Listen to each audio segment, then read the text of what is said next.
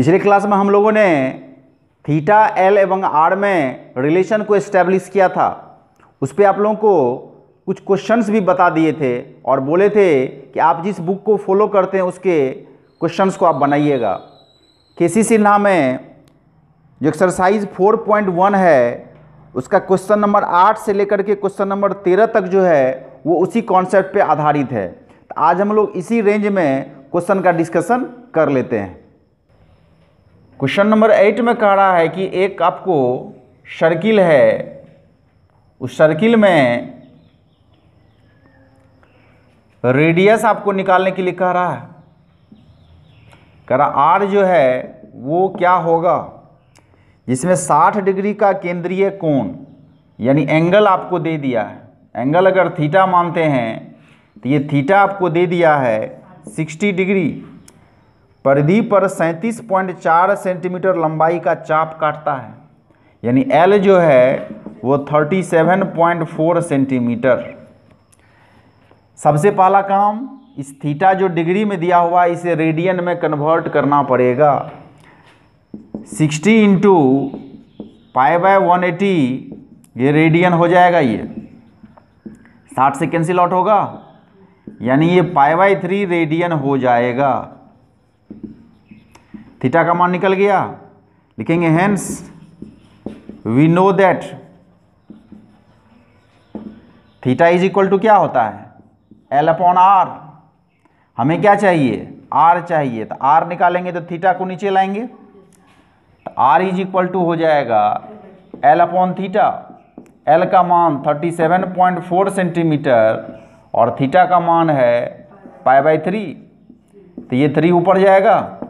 37.4 into 3 centimetre by pi. पाई का मान कितना 37.4 इंटू 3 और पाई का मान होता है 22/7 तो 7 भी ऊपर चल जाएगा। अब ऊपर आपको मल्टीप्लाई करना है और 22 से डिवाइड कर लेना है। जितना होगा उतना ही सेंटीमीटर आपका आंसर हो जाएगा। क्वेश्चन नंबर 9 अगर देखें तो 9 में आपको दो सर्कल पर आपको काम करने के लिए बोल रहा है। दो सर्किल आपको दिया हुआ है और उस दोनों सर्कल में आपको कुछ रिलेशन दिया हुआ और कुछ रिलेशन निकालने के लिए बोल रहा है। क्या, जैसे आपको देख लीजिए, एक सर्कल है ये और दूसरा सर्कल है ये। इस सर्कल का कुछ ना कुछ रेडियस होगा। कुछ मान लेते हैं इसका एंगल है और कुछ मान लेते हैं इसका आर्क है। इसका रेडियस मान लेते हैं ये R2 है। इसका जो एंगल है वो मान लेते हैं θ2 है और इसका जो आर्क का लेंथ है वो मान लेते हैं L2 है। आपको अकॉर्डिंग टू क्वेश्चन क्या सब दिया हुआ है सो देखिए। दो वृत्तों के चापों की लंबाई समान हो यानी यहाँ पर L1 जो है वो L2 के बराबर है। ये चीज़ दिया हुआ है। L1 और L2 क्या है, बराबर है। वे अपने केंद्र पर क्रमशः 65 डिग्री और 110 डिग्री का कोण बनाते हैं यानी कि θ1 जो है वो 65 डिग्री अगर है तो θ2 जो है 110 डिग्री का कोण है। बोल रहा है इस तरह का कोण बनाती है तो बोल रहा है उनकी त्रिज्याओं का अनुपात ज्ञात करें यानी कि R1:R2 आपको पूछ रहा है। आपको ये चीज़ पूछ रहा है, ये दिया हुआ है, ये पूछ रहा है, जबकि ऐसा है। तो अब देखिए कि जब थीटा आपको दिया हुआ है डिग्री में तो फॉर्मूला लगाने के लिए हमें इसे रेडियन में कन्वर्ट करना पड़ेगा। तो क्या हो जाएगा 65 गुना π/180 तो 5 से कटेगा 13 बार में और 5 से कट जाएगा ये 36 बार में यानी 13 π/36 जो है वो आपको θ1 का वैल्यू हो गया। इधर अगर देखें 110 गुना π/180 हो गया तो ये 0 0 अगर कैंसिल हो जाए तो 11 π/18 हो गया। ये θ2 का वैल्यू हो गया। अब दोनों ही केस में क्या करते हैं, लगा देते हैं वैल्यू। लिखेंगे we know that theta is equal to L/R तो θ1 इज इक्वल टू L1/R1। तो यहाँ से क्या करते हैं L1 का वैल्यू निकाल लेते हैं थीटा 1 इंटू R1। थीटा 2 अगर निकालेंगे तो L2 बटे R2 होगा। अगर यहाँ से L2 निकालें तो थीटा 2 इंटू R2 होगा। अब अकॉर्डिंग टू क्वेश्चन क्या दिया हुआ है? अकॉर्डिंग टू क्वेश्चन दिया हुआ है कि L1 का वैल्यू L2 के बराबर है। L1 का वैल्यू L2 के बराबर है। इसका मतलब हो गया कि थीटा 1 इंटू R1 जो है वो थीटा 2 इंटू R2 के बराबर है। जब R1 R2 का रेशियो पूछ रहा है यानी हमें R1 बाय R2 चाहिए, तो इस R2 को नीचे ले आते हैं यानी R1 बाय R2, और इस थीटा 1 को उधर ले जाते हैं यानी थीटा 2 बाय थीटा 1, यानी क्रॉस मल्टीप्लाई अगर करेंगे तो R1 थीटा 1 R2 थीटा 2 हो जाएगा ना। अब ये चाहिए, मतलब इस दाईं तरफ को सॉल्व करना पड़ेगा। तो थीटा 2 का वैल्यू देखिए आपको दिया हुआ है 11 पाई बाय 18, और ये थीटा 1 का वैल्यू कितना दिया हुआ है 13 पाई बाय 36। तो ये नीचे का टर्म ऊपर जाएगा, तो ये आपको जाएगा 11 पाई बाय 18 इंटू 36 बाई 13 पाई हो जाएगा। नीचे का टर्म ऊपर जाएगा तो रिवर्स न हो जाएगा, तो ये पाई पाई कैंसिल हो गया, ये कैंसिल हो जाएगा आपको 2 बार में। तो कितना हो गया ये, तो ये हो गया आपको 22 बाई 13 हो गया, यानी कि R1 बाय R2 का वैल्यू आपको निकल गया 22/13। इसका क्या मतलब हो गया? इसका मतलब हो गया कि R1 और R2 का जो रेशियो है वो 22:13 होगा। R1 R2 का जो रेशियो है वो 22:13 होगा। यही आपको फाइनल आंसर हो जाएगा।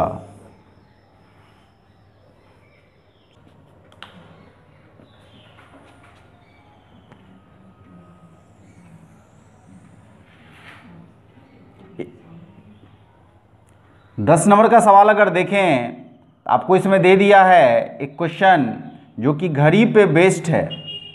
तो घड़ी पे बेस्ड है,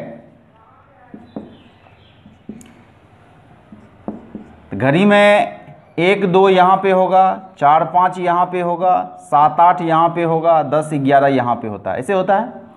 एक मान लेते हैं मिनट का हैंड है। ये मिनट का हैंड हम क्या करते हैं, ऐसा लेते हैं जो कि इसमें सट जाए। थोड़ा सा लेते हैं इस तरह से डायग्रामेटिक, ताकि आपको समझ आए। मान लेते हैं कि मिनट का हैंड जो है वो ये O से लेकर के A इस जगह तक है। इस बाहरी सरफेस को मान लेते हैं ये मिनट का हैंड टच कर रहा है। तो मिनट का हैंड यहाँ पे है, आपको बोल रहा है मिनट के हैंड के बारे में, इसकी लंबाई जो है 1.5 सेंटीमीटर है। यानी यहाँ से यहाँ तक जो है ये R आपको है 1.5 सेंटीमीटर। फिर कह रहा है इसके बारे में, इसकी नोक जो है 40 मिनट में कितनी दूर जा सकती है। यानी 40 मिनट में ये क्या हुआ, मिनट का सुई चलना शुरू हुआ। 1 minute 2 minute 3 minute 5 minute 6 minute 10 minute 15 minute करके जो है ये घूमना शुरू की।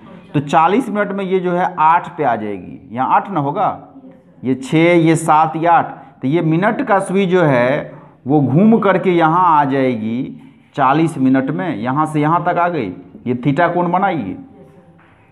तो ये जो कह रहा है इसका जो नोक है, ऊपरी जो टिप है, ये जो टिप डिस्टेंस ट्रेवल करी है यहाँ से यहाँ तक, इसका मतलब ये L पूछ रहा है कि L क्या होगा, जबकि आपको थीटा भी नहीं दिया हुआ है।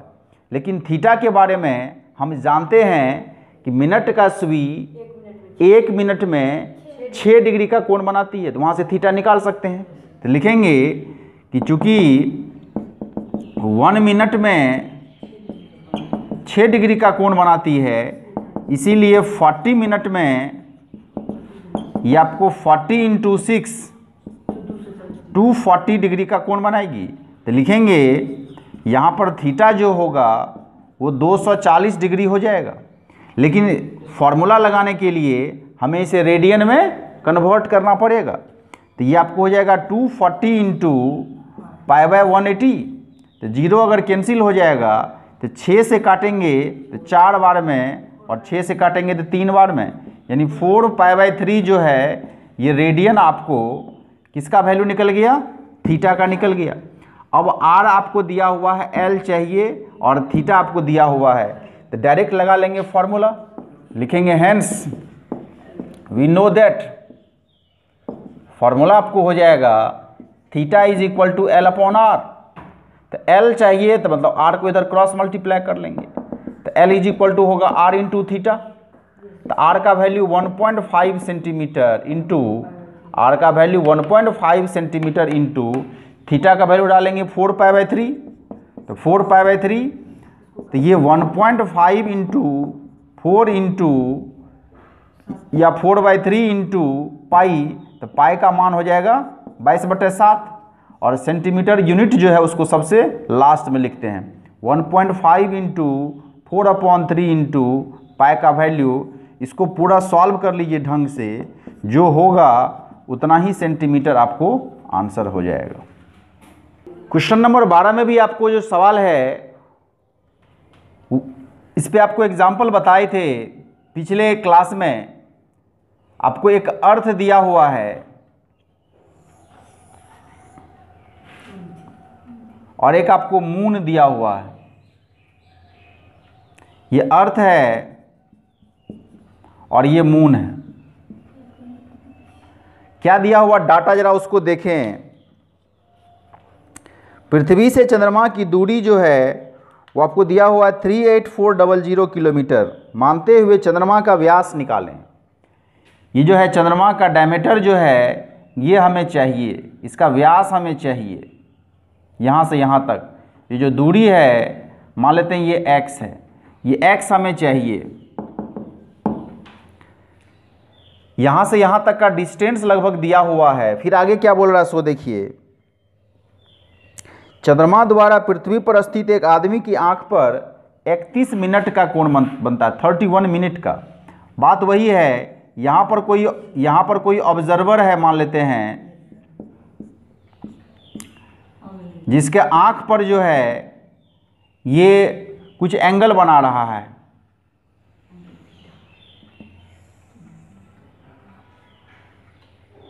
ये जो एंगल आपको बन रहा है थीटा, ये थीटा है आपको 31 मिनट का। यहाँ से यहाँ तक का ये जो डिस्टेंस आप देख रहे हैं, ये डी आपको दिया हुआ है 38400 किलोमीटर। 38400 किलोमीटर ये डी दे दिया है। ये एक्स आपको पूछ रहा है, ये थीटा आपको दे दिया हुआ है। सबसे पहले इस थीटा को क्या करना पड़ेगा, रेडियन में कन्वर्ट करना पड़ेगा। तो सबसे पहले इसको डिग्री में ले जाएंगे, तो 31/60 ये आपको डिग्री हो जाएगा, नहीं होगा।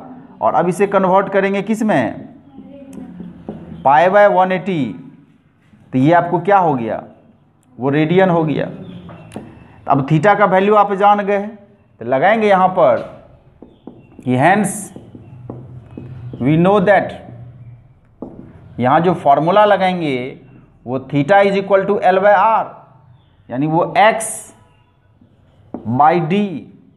ये दूसरा पॉइंट बताए थे, नोट वाला बताए थे ना। थीटा इज इक्वल टू, ये जो x है ये L का काम करेगा और ये d जो है ये R का काम करेगा, अगर थीटा का वैल्यू बहुत छोटा हो तब। तो ये हो जाएगा थीटा इज इक्वल टू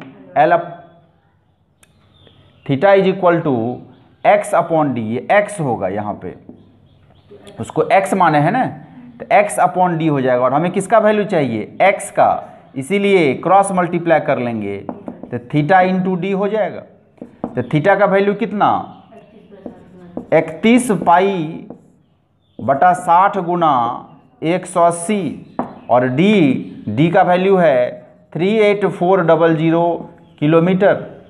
तो ये आपको हो जाएगा 33/60 गुना 180, पाई का मान हो जाएगा 22/7 गुना 38400 किलोमीटर। जो कैंसिल होने का है कैंसिल करके जब इसको आप सॉल्व करिएगा, 31 यहाँ पे होगा, तो 31 यहाँ पे नोट कर देना है। सॉल्व करके जो होगा उसको आंसर छोड़ना। क्वेश्चन नंबर 13 अगर देखें, इसमें एक व्हील पर चर्चा कर रहा है। मान लेते हैं कि रेलगाड़ी का जो है व्हील है, चक्का है।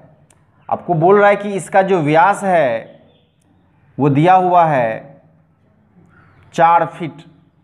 लिखेंगे इस व्हील का डायमीटर जो है वो है 4 फीट। रेडियस कितना होगा इसका? रेडियस हो जाएगा 2 फीट, व्यास का आधा। इसका सरकमफ्रेंस कितना हो जाएगा?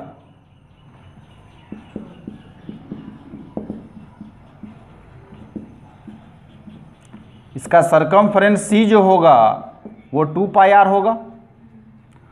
तो 2 पाई इंटू 2 फीट यानी 4 पाई फीट हो जाएगा। इसका जो परिधि है वो 4 पाई फीट का। ठीक है, इसमें आपको एक चीज हम बताने की कोशिश कर रहे हैं। ये पॉइंट मान लेते हैं ए है, ये पॉइंट मान लेते हैं बी है, ये पॉइंट सी है और ये पॉइंट डी है। और ये व्हील जो है दाईं तरफ ऐसे करके घूम रहा है, ऐसे करके घूम रहा है।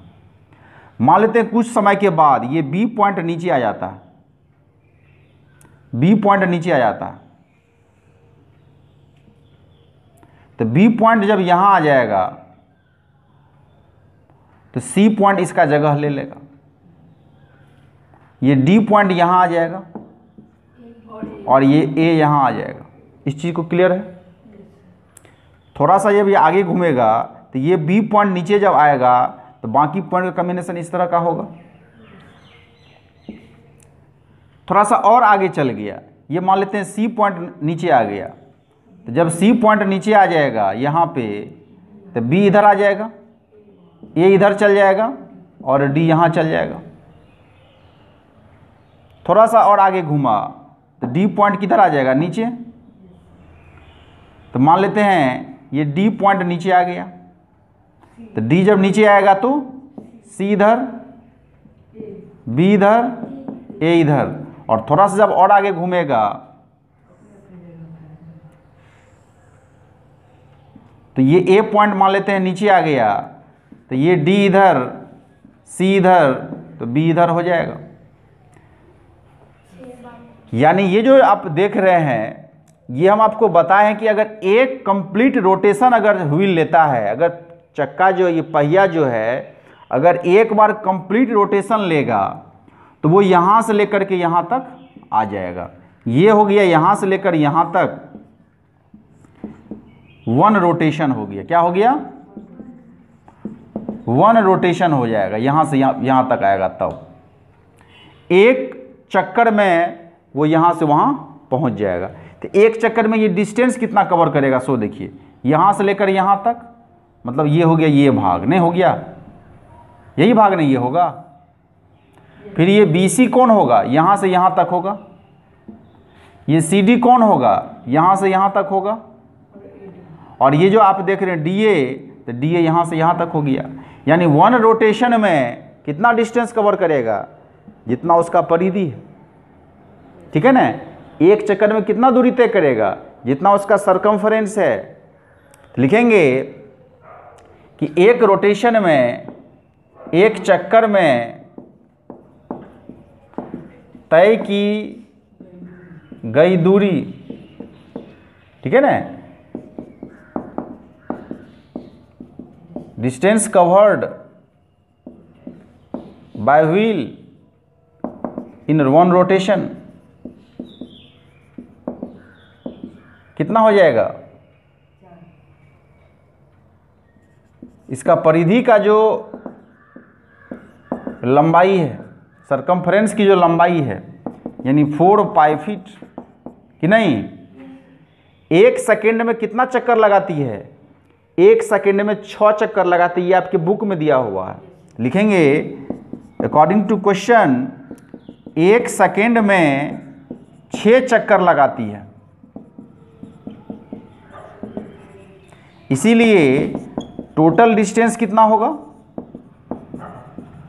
टोटल डिस्टेंस होगा 6 इंटू 4 पाई फीट, होगा कि नहीं? यानी 24 पाई फीट हो जाएगा। टोटल डिस्टेंस कितना कवर किया? 24 पाई फीट। कितना देर में? 1 सेकेंड में। यानी टाइम आपको दे दिया है 1 सेकेंड। तो आप टाइम जान गए और डिस्टेंस जान गए तो स्पीड क्या होगा? स्पीड क्या होता है? Distance upon time. होगा कि नहीं? यानी कि 24 पाई फीट बाय 1 सेकेंड, यानी कि 24 पाई फीट पर सेकेंड, ये आपको आंसर हो जाएगा। थोड़ा सा इसके आंसर में मिस्टेक है, उसको ठीक कर लेना है। 24 पाई फीट पर सेकेंड आंसर। आज के वीडियो में हम लोगों ने इस एक्सरसाइज का जो टाइप 2 का क्वेश्चन था उसको हम लोगों ने बनाया है। ये आपको theta is equal to L/R पे बेस्ड था। आप लोग कोशिश करिए, जो बुक्स आप लोग फॉलो करते हैं उसमें जो सॉल्व्ड एग्जाम्पल है उसके क्वेश्चंस को भी आप लोग बनाएंगे, तो आपको क्या होगा, थोड़ा सा कॉन्फिडेंस अप हो जाए, क्योंकि वहाँ पर तो क्वेश्चन ऑलरेडी बना हुआ है। तो आप लोगों को करना क्या है, क्वेश्चन के सॉल्यूशन को पहले ढक लेना है, ढक के रखना है। क्वेश्चन को पढ़िए ऊपर में, क्वेश्चन को पढ़ के उसको अपने से बनाइए। अगर बन गया तो ठीक है, नहीं बना उसके बाद सॉल्यूशन देखना है। आप लोग क्या करते हैं, क्वेश्चन देखिए, आंसर देख लिए, उसका सॉल्यूशन, कुछ नहीं फायदा होगा। आप लोगों को एक सिस्टम से पढ़ना है, जब सिस्टम से पढ़िएगा तो बेनिफिट होगा। हमें आशा है कि आप लोग ढंग से और मेहनत से आप लोग पढ़ते होंगे अपने घर पे और इस वीडियो का पूरा बेनिफिट उठाते होंगे। कोशिश करिए चैनल को सब्सक्राइब करके नोटिफिकेशन बेल को ऑन कर लें, ताकि वीडियो डालने की सूचना आपको समय पर मिले। साथ ही साथ इस वीडियो को अपने फ्रेंड सर्किल में सर्कुलेट करें, ताकि वैसे स्टूडेंट जिसको इसका नीड है वो इसका बेनिफिट उठा सके। फिर मिलते हैं अगले वीडियो में, तब तक के लिए आप सभी को best of luck. Thank you. जय हिंद।